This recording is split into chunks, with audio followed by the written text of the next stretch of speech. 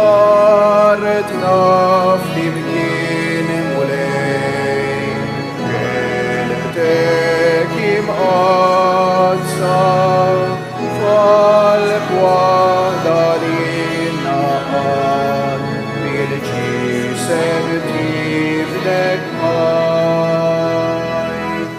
Fejn hemm l-imħabba, fejn hemm il-għaqda, hemm tammarin tmulej, li tgħix kif tkun. Fl-isem tal-Missieru tal-Iben tal-Ispirtu Santu, il-grazzja ta' Sidna Ġesu Kristu li mħabba Alla l-għaqda fl-Ispirtu Santu tkun magħkom il-koll. Il-Quddisa illum se nofruha għar-Ruħ George, Marija u Lina Galja. Nagħtu merħba lilkom eżis Pellegrini, illum qegħdin it-tielet erba' tal-Madonna u nilqgħu magħna f'dan il-mumenti lill-immigranti tagħna, speċjalment dawk fl-Awstralja, Melbourne u Sydney. Nagħtu merħba lil dawk ta' Melbourne mod partikolari li illum jingħaqdu magħna wkoll permezz tas-Santwarju ta' Pinu f'Bacchus Marsh u insellmu l-figura ta' Mons Beneditt Camilleri li joħsieb dan is-santwarju.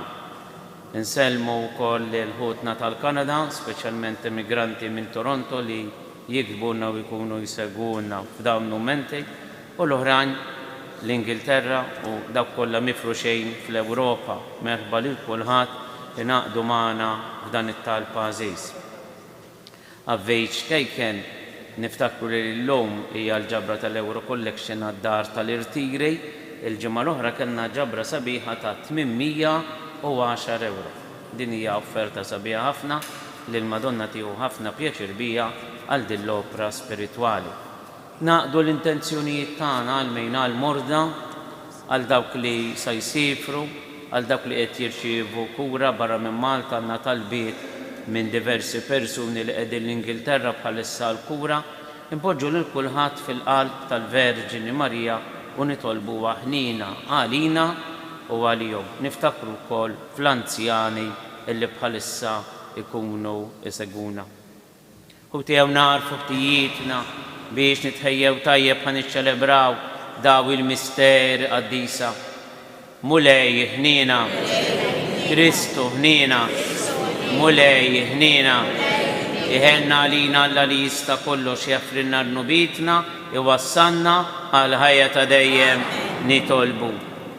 Mulej Alla tagħna, inti mlejt bid-doni tal-Ispirtu Santu lill-Verġni Marija, hija titlob flimkien mal-Apostli għamel illi aħna wkoll bl-interċessjoni tagħha nintlew bl-Ispirtu Santu. Aħna nitolbu qalb waħda flimkien u nwasslu lill-bnedmin ħutna l-bxara it-tajba tas-salvazzjoni. Bibnek Ġesu Kristu Sidna li huwa Alla u miegħek jgħix wisaltan flimkien mal-Ispirtu Santu għal dejjem ta' dejjem.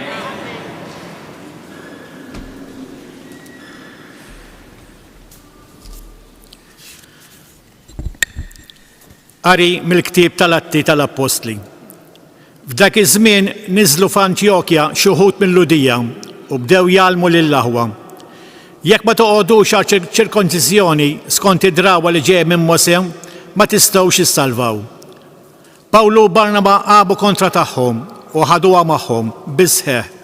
Għalhekk għatewa li Pawlu u Barnaba u xi wħud oħra minnhom jitelgħu Ġerusalemm ikellmu lill-Apostli u l-Presbiteri fuq din il-kwistjoni. Il-ġemgħa tal-Knisja marret qabbadhom it-triq u huma għaddew mill-Feniċja u Sammarija jitkellmu fuq il-konverżjoni tal-pagani u jnislu ferħ kbir fost l-aħwa kollha. Meta waslu Ġerusalemm il-ġemgħa tal-Knisja, l-Apostli u l-Presbiteri laqgħuhom tajjeb u marfuhom dak kollu li Alla kien għamel magħhom. Iżda xi wħud min-naħa tal-Fariżej li kienu hemmnu għamu jgħidu jeħtieġ li l-pagani jqogħdu għaċ-ċirkonċiżjoni u jkunu obbligati iħarsu il-liġi ta' Mosè. Għalhekk l-Apostli u l-Presbiteri iltaqgħu flimkien biex jaraw din il-kwistjoni. Il-kelma tal-Mulej.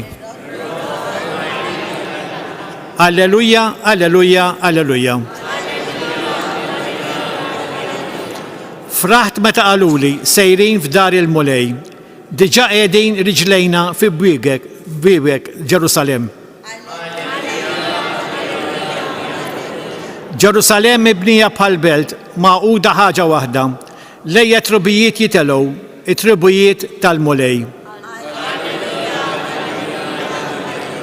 Hemm skont il-liġi ta' Iżrael ifaħru isem il-mulej, għax hemm twaqqgħu l-tronijiet tal-ħaq, it-tronijiet tad-dar ta' David.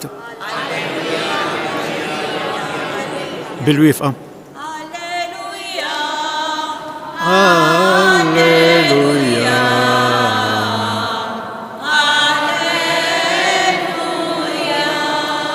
Ibqgħu fija u jien nibqa' fikom jgħid il-mulej, min jibqa' fija jagħmel ħafna frott.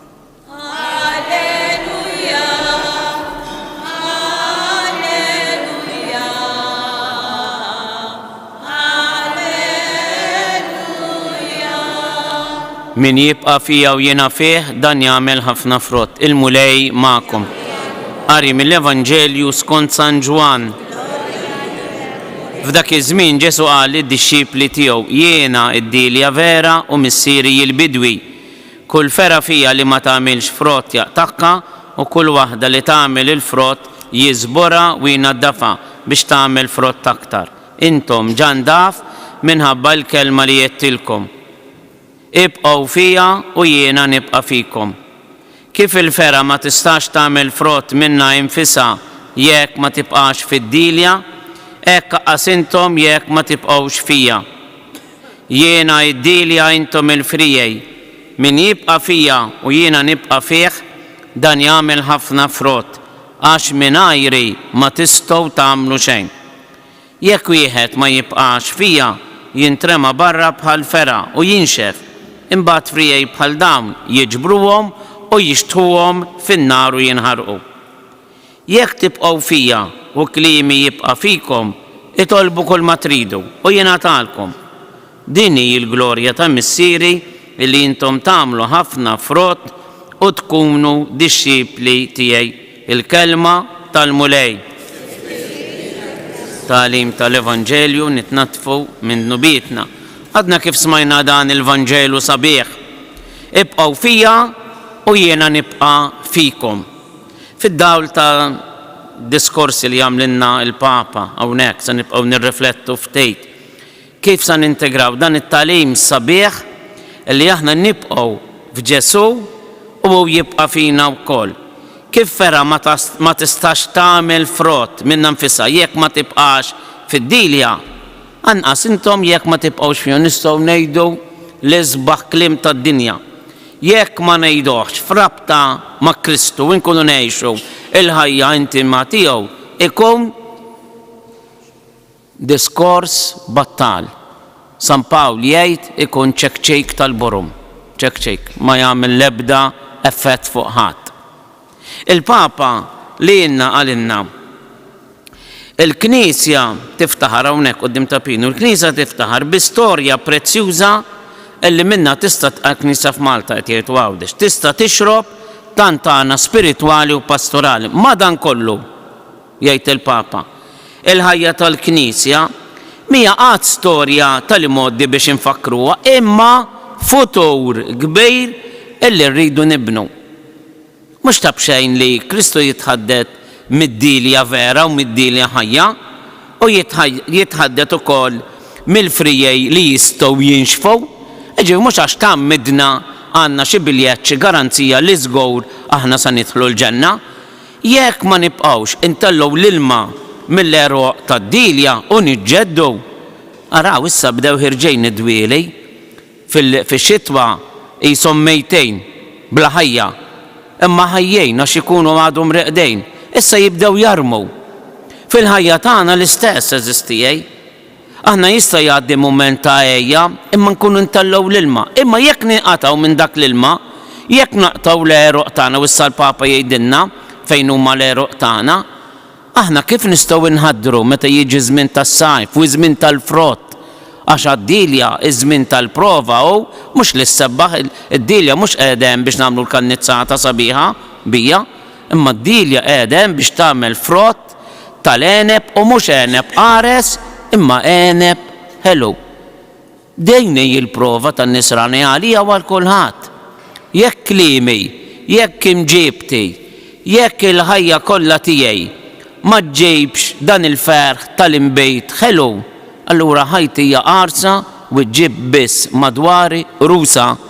Kif naraw fost ħafna bnedmin għalfejn din ir-rabja kollha tal-bnedmin. Kultant tara ċertu kummenti fuq il-medja soċjali, fuq Facebook, nisparaw fuq xulxin, fuq kollox, fuq futbol, fuq politika, fuq knisja, fuq kollox nisparaw.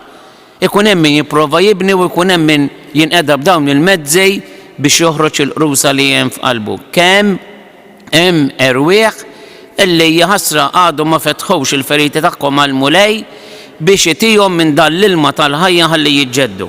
Il-Papa ma tistax tkun biżżejjed għalina fidi magħmula minn drawwiet illi ġew moddija lilna, minn ċelebrazzjonijiet kbar solenni, minn okkażjonijiet sbieħ popolari, minn momenti qawwija u emozzjonanti. Issa ħanibdew il-festina. Personalment il-festi nħobbhom ħafna u nħobb kollox, banet nar, laqat, żbuħija tat-toroq, kollox hemm is-sabiħ u jagħmel parti mill-kultura, però jekk dan kollu ma jwassalniex biex nimbnew bħala nsara iktar konvinti, dak ikun bħad-duħan tal-festi tagħna. Sabiħ kemm hu sabiħ ir-refaqat li nagħmlu tal-kulu li jien insegwihom ħafna, kif jispiċċaw f'daħna kbira. U hekk ukoll jispiċċaw l-emejjel tagħna fiċ-ċelebrazzjoni ta' dan il-festi. Il-Papa 4 suġġerimenti x'għandu jagħmel in-nisrani biex jgħix din il-ħajja intima ma' Kristu u jiġġedded kontinwament minkejja id-drawwiet sbieħ u popolari li hemm f'pajjiżna. Għandna bżonn ta' fidi jgħid il-Papa li tinbena u tiġġedded fil-laqa personali tagħna ma' Kristu. Fejn sta niltaqgħu personalment ma' Kristu? Fil-qrar, fl-Ewkaristija, fis-smigħ tal-kelma. L-ewwel suġġeriment u l-ewwel proponiment. It-tieni, fis-smigħ kuljum tal-kelma tiegħu u smigħ tal-qalb. Ġejna hawnhekk u jekk aħna naslu l-bib ta' barra ibda minni l-ewwel wieħed u ninsa x'kien jgħid il-Vanġelu, kif se ngħixha il-kelma? Allura l-kelma trid tomoda kontinwament fil-moħħ u fil-qalb, fir-relazzjoni tiegħek personali. It-tielet, fis-semma t-tejf fil-ħajja tal-Knisja. Semma t-tejf fil-ħajja tal-Knisja tibda billi tara x'hemm anzjani fil-komunità tiegħek, x'hemm anzjani fit-triq tiegħek, x'hemm persuni li għaddejjin minn diffikultà, telefonata. Illum ħafna minna jużaw il-mezzi soċjali, kapaċi ħafna, nibatu messaġġi u messaġġi ta' tama, mhux messaġġi ta' erda. Ir-raba' fir-ruħ tal-pjetà popolari. Semmejna il-festi, issa kien bambini rejt minn nhar il-ħadd nibdew anke l-festi fid-djoċesi tagħna, għandhom ikunu okkażjoni biex inġeddu il-Vanġelu u nuru il-ferħ tal-Vanġelu. Dak kollu li jieħodha kontra l-Vanġelu bħal mipika żejda, firda, ġlied, dak għandna nwarbuh mid-devozzjonijiet u mill-festi kulturali tagħna. Ejjew naċċettaw dawn is-suġġerimenti li jgħidilna l-Papa ħalli nkomplu ngħixu il-kelma tiegħu. Ikun infakkar Ġesu Kristu. Miġburin madwar l-artal tal-mulej aħna bħala id-dilja vera ta' Kristu nitolbuh biex fil-momenti tal-ħajja tagħna ibedna minn dawk il-momenti fejn nistgħu ninqataw mid-dilja vera għax naħsbu fis-supervja tagħna li aħna kapaċi mmexxu l-ħajjitna bil-qawwa tagħna ta' moħħna jew ta' qalbna. Nitolbu għati l-grazzja lil dawk illi bħalissa mhumiex jieħdu minn dan l-ilma tal-ħajja illi jżommna dilja waħda u forsi hemm xi frijajn nixfejn illi kapaċi jerġgħu jħaddru bl-ilma tal-grazzja. Mulej ressaq lilhom u lilna ħalli nagħtu xhieda ta' żboħija tad-dilja tiegħek. Nitolbu mulej tina l-grazzja li nemmnu li jekk aħna bħala ferra ma nżommux ruħna marbutin miegħek ma nistgħux nagħmlu frott. Tina l-grazzja biex nagħmlu frott u frod bl-abbundanza ħalli tidher il-glorja u l-preżenza tiegħek nitolbu. Jekk tibqgħu fija u kliemi jibqa' fikom, itolbu kull ma tridu u jingħatalkom.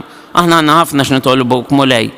L-anzjani tagħna, il-morda speċjalment l-ommijiet żgħażagħ tagħna li għaddejjin mill-mart, il-familji tagħna niftakru f'dak li qegħdin jippreparaw ruhom għaż-żwieġ, ix-xahar id-dieħla u x-xahar ta' wara jkollna diversi żwieġijiet anke f'dan is-santwarju Għażejs. Verġin Marja ħares btieba u ħlewwa lejn il-koppji żgħażagħ u nissel fihom imħabba kbira lejn ibnek Ġesu u lejn il-Vanġelu tiegħek. Nitolbu. L-aħħar talba niddepożitawha fil-qalb tal-Verġin Marija hawn f'dan il-kwadru mirakulus takka. Nippreżentaw lil murda kollha tagħna, speċjalment dawk li għaddejjin mit-tiġrejb il-kbir, ħalli jsibu l-kura u l-kuraġġ u t-tama għax il-Madonna takkumpanja lil dawk li jafdaw ruhom fija, lill-anzjani tagħna biex ma jaqtawx qalbhom u jħossu l-faraġġ u l-akkumpanjent ta' dillhom li tħares ħarsa taħnina fuqhom. Nippreżentaw lill-immigranti tagħna biex ma jitbedu qatt mill-valuri sbieħ li tħawlu fihom hawnhekk u ġarrewhom fil-qalb tagħhom. Hemm diversi immigranti jkunu isegwuna bħalissa ħalli jgħaddu dal-valuri lil uliedhom u l-ulied uliedhom. Nippreżentaw lil dawk li għandhom bżonn tal-imħabba u tal-ħniena tal-Alla.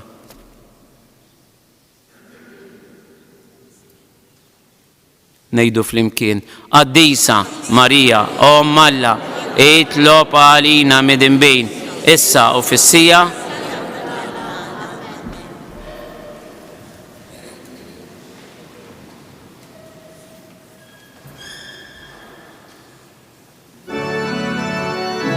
xtieq nfakkar illi bħalissa qed issir il-ġabra tal-ewro ta' kull ġimgħa.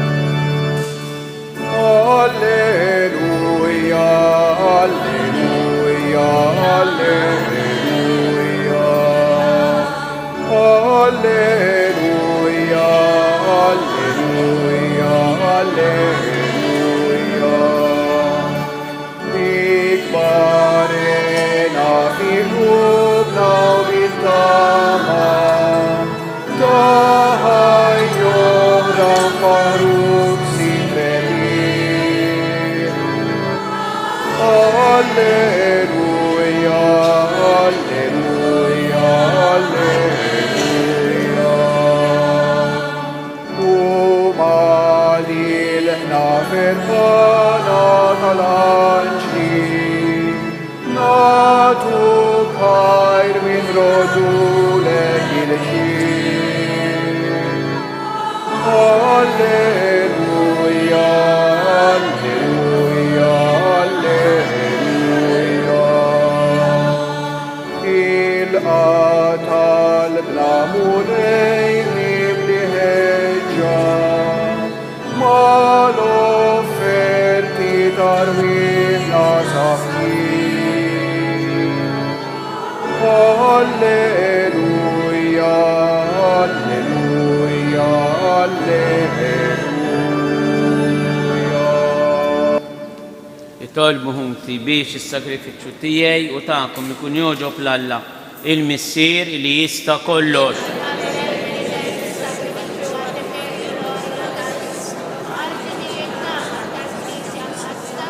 Ilqa Missier Qaddejs dawn l-offerti li ġibnielek b'qalb ferħana u għatina li nkunu dejjem nixbu lill-Verġini Marija billi noqogħdu għal dak li jnebbaħna l-Ispirtu s-Santu u nfittxu f'kollox il-glorja tiegħek bi Kristu Sidna. Il-mulej magħkom, nerfgħu qlubna il fuq, nieżu ħaj lill-mulej Alla tagħna. Sewwa u xieraq tas-sew mulej Missier Qaddis, Alla ta' dejjem li tista' kollox, tajjeb u ta' ġej tas-salvazzjoni tagħna, illi dejjem u kull imkien irrodulek ħaj, għaliex intajtna eżempju mill-aqwa ta' xirka fit-talb fil-Knisja tal-ewwel żminijiet, meta wrejtna lil-Omm Ġesu titlob qalb waħda flimkien mal-Apostli. Ej li kienet tistenna titlob il-miġġa ta' Kristu, talbet bil-ħerqa kollha ta' qalba li sseħħ il-weda tal-Ispirtu s-Santu li kien għamel il-mulej. Ej li fuqha l-Ispirtu s-Santu xeħet id-del tiegħu meta l-verb ta' Alla sar bniedem mill-ġdid imtliet b'dan id-don tas-sema tal-Ispirtu Santu mal-bidu tal-poplu ġdid tiegħek. Għalhekk il-Verġni mqazza saret eżempju għall-Knisja ta' ħerqa fit-talb u ta' ħeġġa fl-imħabba, għall-Knisja li malma mid-doni tal-Ispirtu Santu tistenna tisar it-tieni miġġija ta' Kristu. Bih il-qtajja kollha tal-anġli ferħana għal dejjem quddiemek iqimu l-kobor tiegħek.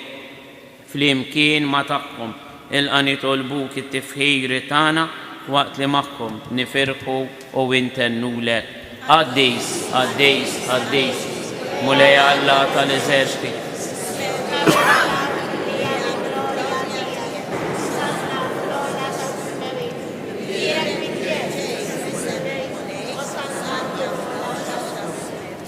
Għaddejs tas-sew int mulej inti lajn ta' kull qdusija, għaddes għalhekk nitolbuk dal-offerti bil-barka tal-Ispirtu tiegħek biex isiru għalina il-ġisem u d-dem ta' Sidina Ġesu Kristu, li meta kien se jingħata biex minn rajħi bati ħajl ħobs raddi l-ħajr qasam tal id-disċipli tiegħu qal ħudu u kulu il-kol minn dan għax dan huwa ġismi li jingħata għalikom.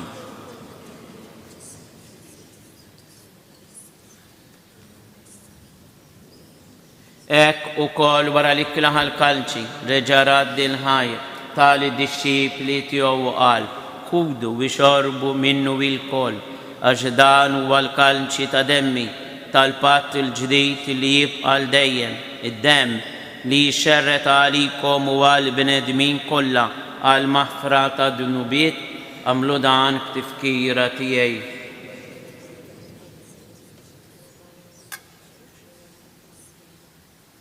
Dan hu l-misteru tal-fidi, inħabbru bil-mewt tiegħek mulej, inxandru bil-feħ il-qawmin tiegħek, nistennew sa ma tiġi fil-glorja. Għalhekk aħna nagħmlu dan tifkira tal-mewt u l-qawmin ta' Sidina Ġesu Kristu. Nofrulek mulej il-ħobs tal-ħajja u l-kalċi tas-salvazzjoni u rroddulek ħaj xogħġbok tilqana għaw quddiemek biex naqduk. Miċċokon tagħna nitolbu li l-Ispirtu Santu jaqgħadna f'ġisem wieħed li inna li nieħdu sehem mill-ġisem u d-dem ta' Kristu.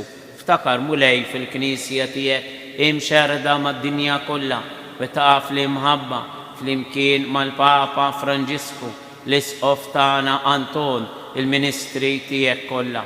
Ftakar ukoll f'ħutna George, Marija u Lina Galja illi jogħġbok issejħilhom għal għandek minn din id-dinja għamli kif huma bil-magħmudija mietu f'ibnek u bħal ibnek hekk ukoll f'ibnek u bħal ibnek jirxu xtaw għal ħajja.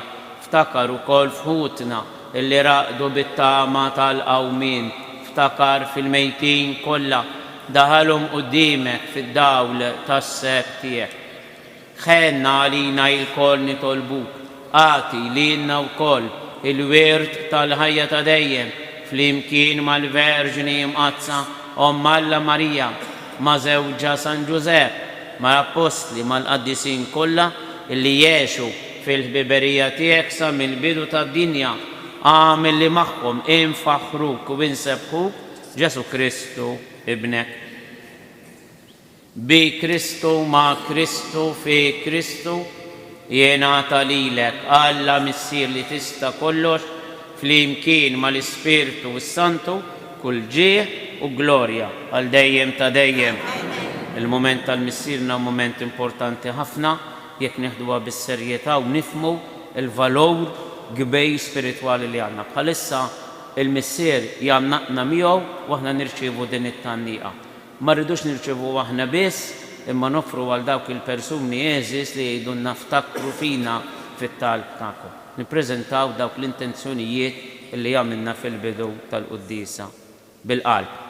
Missierna illi inti fis-smawiet jitqaddes ismek, tiġi saltnatek, ikolli trid kif fis-sema hekk da fl-ard. Ħobżna ta' kuljum atina llum, affrinna rinubitna bħalma nafru lil min hu ħati għalina u la daħannix fit-tiġrid iżda eħlisna mid-deni. Eħlisna nitolbuk mulej minn kull deni, għatina fit-tjieba u l-ħnina tiegħek il-paċi fi żmienna biex inkunu ħielsa dejjem mid-dnub imħarsa minn kull inkwiet. Aħna nistennew nittamaw lena u l-miġja tas-Salvatur tagħna Ġesu Kristu. Mulej Ġesu Kristu li jgħid l-apostli tiegħek inħallilkom islim, natikom islim tiegħi, la tħares lejn dnubietna iżda ħares lejn il-fidi tal-Knisja tiegħek. Għatiha islimu l-għaqda li inti trid fija int li tgħix wis-saltan għal dejjem ta' dejjem, il-paċi tal-mulej tkun dejjem magħkom. Għatu l-paċi lil xulxin. Ħaruf tal-Alla li tnekki id-dnubiet.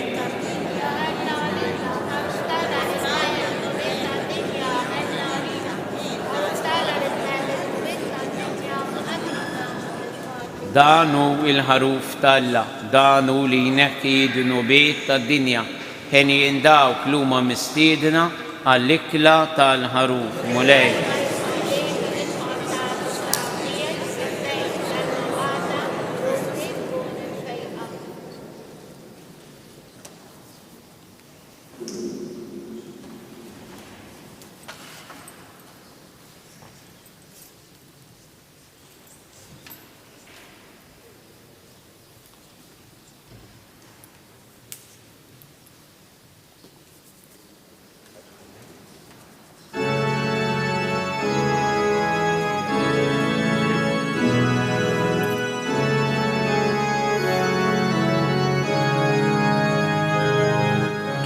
Imbirek mulej għal dejjem u imbirek li semgħadis tiegħek.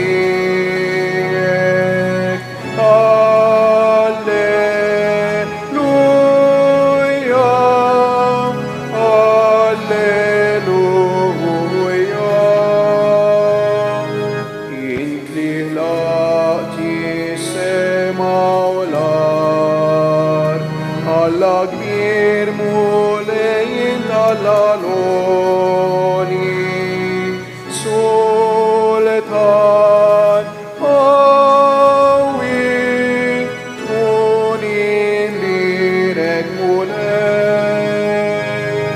tkun imbirek mulej għal dejjem u imbirek li semgħadis tiegħek. Alleluja, alleluja. Salvatur li bdejtna l-kol, int li tina ħajja u ta' maġnida. Għaddis għawi, tkun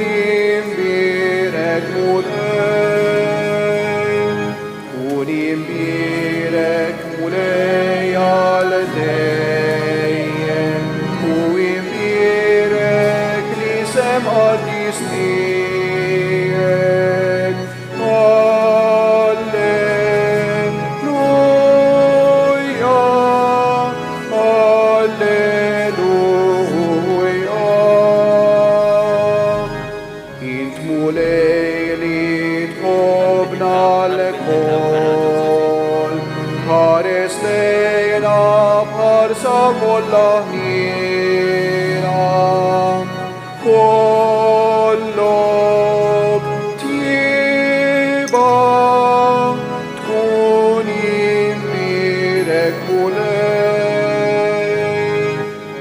imbirek mulej għal dejjem u imbirek li semgħadis tiegħek. Alleluja,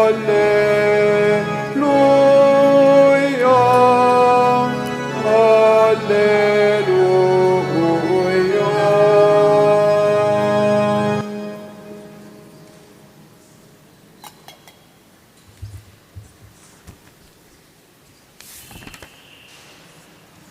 Marija wis grazzjuża, inti l-om li żied glorjuża, inti l-bint, inti l-arusa tal-Qazza Trinità. Mela lilek, o Marija, aħna nagħtu kull foħrija sabiex miegħek imennija ingawduk fl-eternità. Slim għalik, Marija, bil-grazzja mimlija il-mulej miegħek. Imberka inti fost in-nisa, mbirek il-frott tal-ġuf tiegħek Ġesu.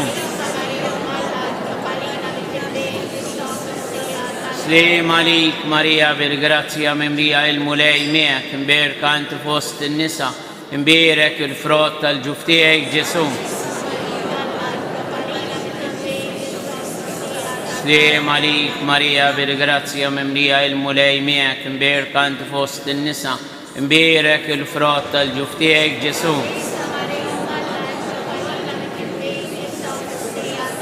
O Marija, imtella s-sema bil-ruħ il-ġisem nitolbu. Issa li ħadna dejn lajnuna s-salvazzjoni tagħna fit-tifkira tal-Verġni Marija, Sultana tal-Apostli, nitolbuk mulej biex il-poplu tiegħek dejjem jimxi aktar il-qudiem fit-triq tas-salvazzjoni u għaw dejjem jagħmel ir-rieda tiegħek u jaqdi l-bnedmin kollha bi Kristu Sidna. Namlilkom l-avviżi bħallum 8 ijiem jaħbad il-100 sena mill-mewt ta' Carmine Grima, ix-xebba li semet il-leħen tal-Madonna mill-kwadru ta' Pino.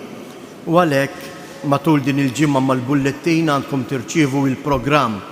Se nsemmi biss żewġ punti importanti f'dan il-programm. Nhar it-tlieta, ġifieri l-24 ta' Mejju, fl-istess kamra fejn Carmine Grima kellha xi ħaġa sabiħa, kienet tiġbor in-nies fil-festi tal-Madonna u fid-dar tagħha stess kienu jgħidu it-talba tar-Rużarju. U għalhekk nhar it-tlieta fil-għaxija mill-10 ta' bil-lejl sal-5 ta' filgħodu f'dik l-istess kamra sejrin nagħmlu lejl adorazzjoni. Għalhekk inħeġġiġkom li min jista' jiġi u jagħmel inqar kwarta 10 minuti. Ma l-importanti li aħna wkoll nidħlu ġudin id-dar u naduraw l-Ewkaristija. Imbagħad fil-għaxija, partikolarment lilkom li tiġu il-quddies filgħodu fl-14 għax se jaħbad ukoll l-erba'. Ejjew għal pellegrinaġġ li se nagħmlu fl-għaxija. Tistgħu tiġu l-quddiesa filgħodu, imbagħad fil-għaxija ħanamlu dan il-pellegrinaġġ sabiħ. Fis-7 ta' filgħaxija niltaqgħu ninġabru kollha ħdejn il-fonti tal-Magħmudija fil-Knisja tal-Arb fejn hemmhekk Carmine jirċiviet il-Magħmudija tagħha. Imbagħad nimxu lejn is-Santwarju ta' Pino. Nieqfu wkoll quddiem id-dar ta' Carmine Grima, jinqara hemmhekk ir-rakkont li ħallilna l-Isqof Kawki tal-mewt tagħha u jitpoġġa minn kull parroċċa bukkett wart mal-lapida li hemm quddiem id-dar. Imbagħad niġu hawnhekk lejn is-santwarju u fuq it-suntier ħdejn l-istatwa tagħha jinqara ir-rakkont tas-sejħa għaliex Carmine semet il-Madonna waqt li kienet għadha barra, kienet għadha ma daħlitx fil-Knisja. Wara li jinqara dan ir-rakkont nidħlu l-kol fil-Knisja, imbagħad min ikun għadu ma semax quddies jista' jibqa' jisma' l-quddiesa li tkun immexxija mill-Isqof Anton. Nixtiequ wkoll imbagħad nagħmlu tifkira ta' dan iċ-ċentinarju. Ħafna qalu li x'se tagħmel, ħa tagħmel xi rħama, ħa tagħmel xi statwa, x'se tagħmel tala tifkira. It-tifkira hija marbuta man-numru 25. X'aħna nixtiequ li jkun hemm xi ħaġa li tibqa' ħajja. Carmine mietet fil-25 ta' Mejju. Is-sena wkoll saċerdot Awċi qiegħed jiċċelebra 25 sena mill-ordinazzjoni saċerdotali tiegħu, Don Anton Grek, li qed ifisser li qiegħed jiċċelebra 25 sena missjonarju fil-foresti ġewwa l-Gwatemala. U dan bħalissa qed jagħmel proġett fejn qed jiġbor il-flus biex qed jixtri fran maħdumin apposta tal-ħadid biex jagħtihom lil foqra fil-foresti biex huma ikunu jistgħu jsajru fihom. Il-fran mhumiex xi fran li jaħdmu bil-gas imma jew bl-elettriku kif għandna aħna d-dar, imma jaħdmu bil-ħatab, bl-injam. Imma dawn il-fran jifrankaw anke il-ħatab għaliex isajru bi ftit ħatab, iżommu sħan aktar. U Dunanton qed jagħmel dan il-proġett bil-mod il-mod qed jiġbor dawn il-fran u jqassam wieħed lil kull familja. Kull forn jiswa 100 euro. 100 euro. B'100 euro nistgħu nagħtu għejxien diċenti lill-familja fil-Gwatemala.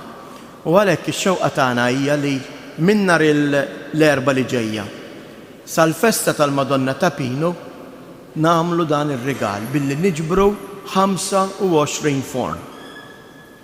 Bdejt nafża dolodu. Sissa diġà ġbarna 4 fornijiet. Ġifieri mhux bil-fors tatuni 100 euro, anke 10 euro, anke 20 euro. Bil-ftejt il-ftejt jiena ċert li dan ir-rigal mument nistgħu ngħidu tifkira ħajja kunu nistgħu nagħmlu il-ġejt lil tant familji ġewwa l-Gwatemala. Grazzi f'isem Dunanton. Il-mulej magħkom, iberikom Alla li jista' kollox il-Missier, l-Iben u l-Ispirtu Santu. Morru fil-paċi ta' Kristu. Fil-ħlewa ta' Mejju lontana Marija, o kemm doħlej